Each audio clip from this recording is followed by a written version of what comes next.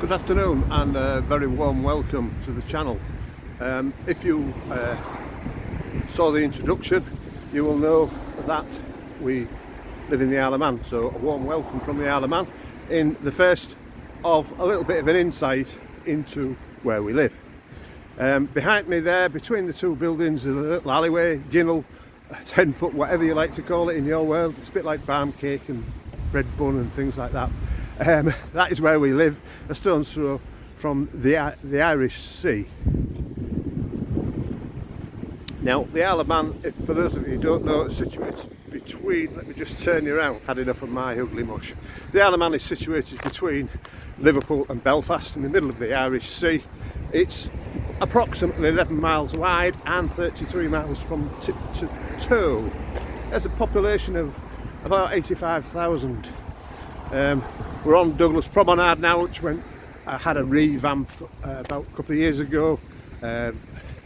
These are the Spectrum Apartments, and up there is the Empress Hotel where we had our wedding do some 12 years ago. I'm obviously walking down towards Douglas, the capital of the Isle of Man, where it all happens around here obviously, and as we pan across there, Liverpool's in that direction, Heysham and Lancaster are in that direction, and eventually round to Cumbria.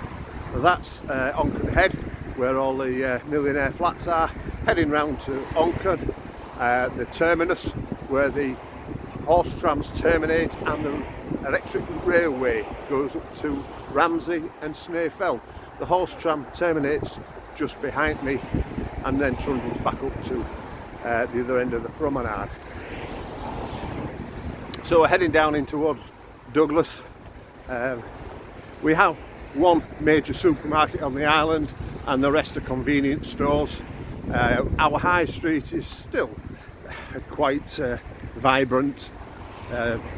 Places in the UK have died a death over the years, but ours keeps going. There are a couple of empty shops, bars, and plenty of cafes and coffee shops. Over to the right where that crane is the ferry terminal. Now, there is only one ferry company on the Isle of Man, and that is owned by the government. So the problem being is they set the prices. If you want to bring a motorhome over here, it's between £350 and probably £600 in high season for a coach-built motorhome. Panel vans slightly cheaper. You can only bring caravans onto the island if you have written permission from the government stating how long you're going to be here and where you are staying. Regarding campsites, there are various campsites dotted around the island, none of which are open this time of year. There's Glenlock in season, Peel, which is quite a good one, on the bus route to Douglas, and I think it goes up to Ramsey as well. There's one at Kirkmichael, and there was one at Sulby Claddocks, but we're not sure what's happening with that. The government are putting it out to tender. As you see, we're just past the bus stop. The Douglas Promenade, it's quite good for buses. You can get a bus down to the airport from here, which is about 7 or 8 miles towards Castletown. Of course, the Isle of Man is famous for its TT races, the Laxey Wheel, the Manx Cat, and the Bee Gees lived here for a very short time. Those are the claims to fame. Back to the buses. There's a message on the buses every time you come to a bus stop saying where you are, and on its way to Castletown it crosses over the ferry bridge, and it goes something like this: the next stop will be Fairy Bridge. Please follow Manx tradition and say good morning to the fairies. Morning, fairies. Nutty, I know, that's us. Again, this is where the horse tram terminates, just up here. With no foxes and no rabbits, no foxes, no badgers. Consequently, up at the hospital, I think they're overrun with rabbits at the moment. I don't know if the hospital's going to disappear into a big rabbit warren at some point. Cars. We are not connected to the DVLA, although I've been told that if you do get done for speeding in the UK, they will find you. They never used to be able to, but apparently they can now. We have our own registration system over here. Also, our cars don't have MOTs. It's up to you to keep your car in tip-top condition. If you do get pulled up with something wrong with your car by the police, then you have to take it, once you've got it repaired, to the transport department and have it tested. If vehicles come over from the UK, before they register in the Isle of Man, they have to be tested as well. They are talking in a few years of bringing MOTs in over here, but we're not sure. If you wanted to move to the Isle of Man, you can move freely to the Isle of Man. If you've got a bit of money, things are expensive here, I will tell you. But one thing, we don't have any benefits for the first 5 years.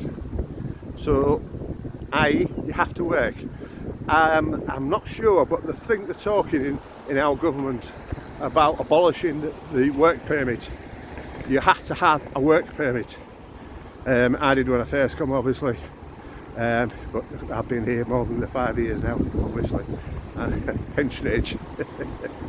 Yeah, it's a nice place to live. Crime rate is around 1%. It's pretty good, really. You know, the police keep try to keep a tight lid on it, really. Yeah, I quite like it. This is the Villa Marina. We saw Orchestral Manoeuvres in the dark there. We went to see the Illegal Eagles there, they were very good. They have the Gaiety Theatre a little bit further down.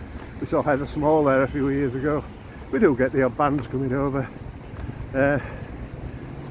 Not that they like coming because they can't get off. I think Elton John came for a concert up at Nobles Park, and he made him keep the airport open so he could get off the rock. That's the story there. Right, I've gone on a little bit more than I should have. Over that way is Douglas Head, where the radio station is. I've gone on a little bit. I'm hoping to do part 2 and possibly part 3. Part 2 will be up at the grandstand. I'm going to go up there. There is motorhome parking up there as well, which I want to investigate before I let loose with you guys on it. Of course, it's the TT grandstand, and we'll go on about that in more depth later on. Alright then, bye for now.